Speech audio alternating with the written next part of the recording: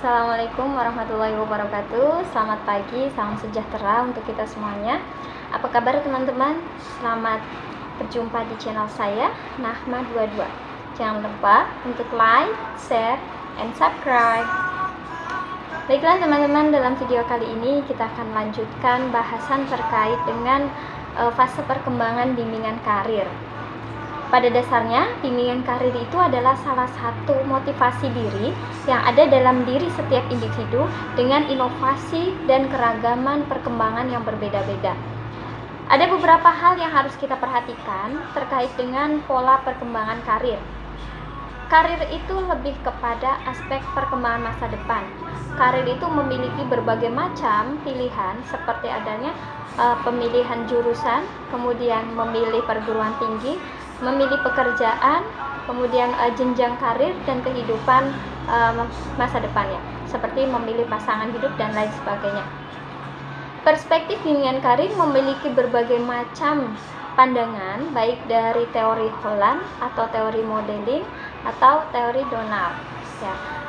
Dari beberapa tahapan karir yang akan kita bahas pada video kali ini, yang pertama adalah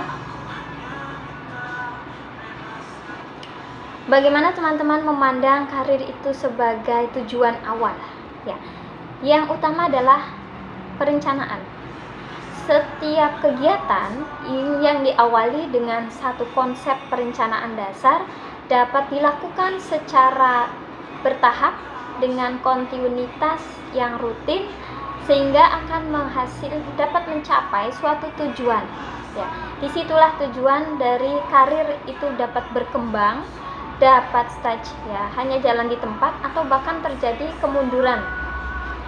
Sehingga tidak bisa kita prediksi ketika teman-teman memilih satu pekerjaan ataupun satu pilihan bidang studi yang memang hal itu bisa memberikan prospek pandangan masa depan, tetapi jika kita tidak memiliki motivasi diri, bahkan kita tidak memiliki perencanaan, hanya sebatas ikut-ikutan saja, hanya sebatas mengikuti alur saja, maka nanti hasil yang dicapai, tujuannya akan berbeda dengan individu yang memiliki satu konsep perencanaan dasar.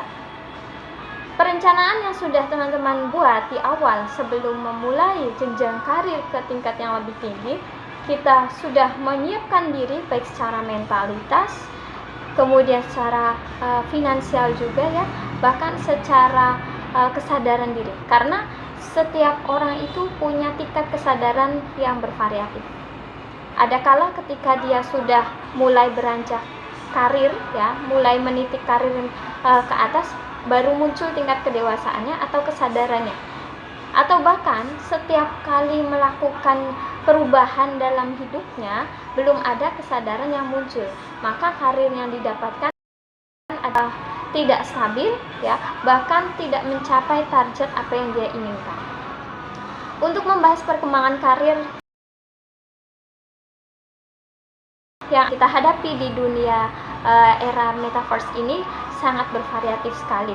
Karir tidak hanya mendominasi pada satu konsep ruang yang tertutup seperti hanya di perkantoran maupun di sekolah formal dan lain sebagainya. Tetapi hari ini sudah banyak kita temukan berbagai macam perkembangan dunia bisnis maupun secara konvensional.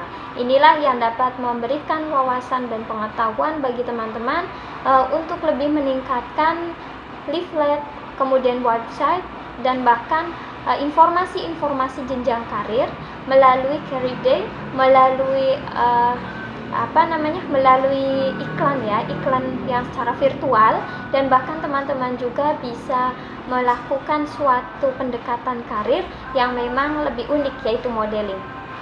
Teknik modeling ini bisa memberikan nuansa yang berbeda dengan adanya suatu perencanaan.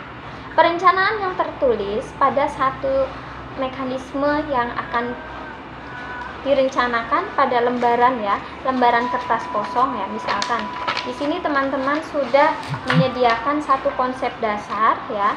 Ini adalah kertas kosong, dan kertas kosong ini adalah suatu perencanaan yang akan menentukan kehidupan masa depan kita. Bolehlah kita tuliskan, ya. Di sini kita akan tuliskan impiannya. Ya. Impian yang akan teman-teman tulis yaitu perencanaan, bisa membantu motivasi kita baik secara sadar maupun tidak sadar untuk selalu berinovasi. Kita akan berpikir bahwa tujuan kita adalah A, kita harus punya plan B, ya. Kenapa harus kita punya plan B? Karena dalam satu tujuan kita tidak akan berjalan sesuai harapan, tapi di situ akan ada hambatan. Faktor-faktor hambatan yang dapat kita hadapi di kemudian hari, inilah yang harus kita pikirkan sejak perencanaan.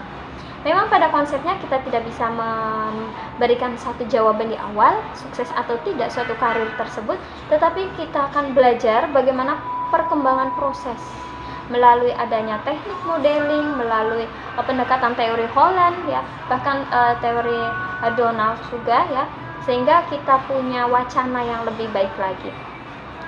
Pada konsep modeling, teman-teman bisa mengambil satu contoh tokoh modeling yang teman-teman anggap itu adalah berperan, memiliki power, dan kita akan ikuti prosesnya, baik dari lifestyle-nya, dari cara bekerjanya, cara berpikirnya, pola kehidupannya, karena semua hal yang bersifat itu akan ada feedback bagi kita sebagai peniru, ya, peniru sebagai audiens yang mengikuti jejak langkahnya.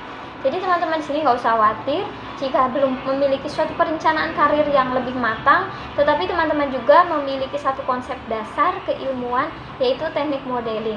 Ya. Pada dasarnya modeling ini memiliki satu kontribusi yang besar terhadap motivasi diri, terhadap pemikiran, pola berpikir secara positif, dan bahkan kita bisa mengikuti jejak langkahnya tanpa disadari. Hal itu bisa memberikan power buat kita, ya, semangat dan motivasi.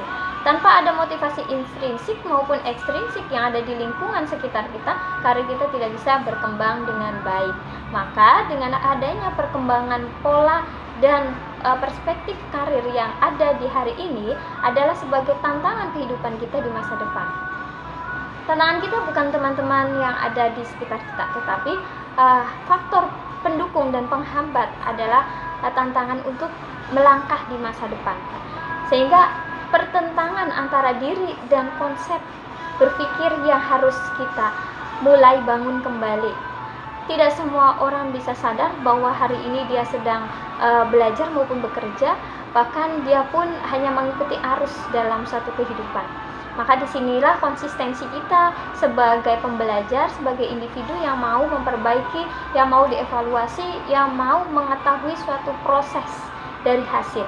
Orang sukses akan berbicara proses, orang gagal akan selalu mencari dan menunggu hasil. Tetapi di sini kita akan belajar bagaimana menjadi orang yang sukses. Semoga di kesempatan lain kita bisa menghadirkan beberapa tokoh motivator yang memang sudah punya karir yang melejit, ya. Nanti kita akan saksikan di video berikutnya. Okay, thank you for your attention. I'm sorry if we have mistake. See you next time. Wabillahi taufiq walhidayah. Wassalamualaikum warahmatullahi wabarakatuh.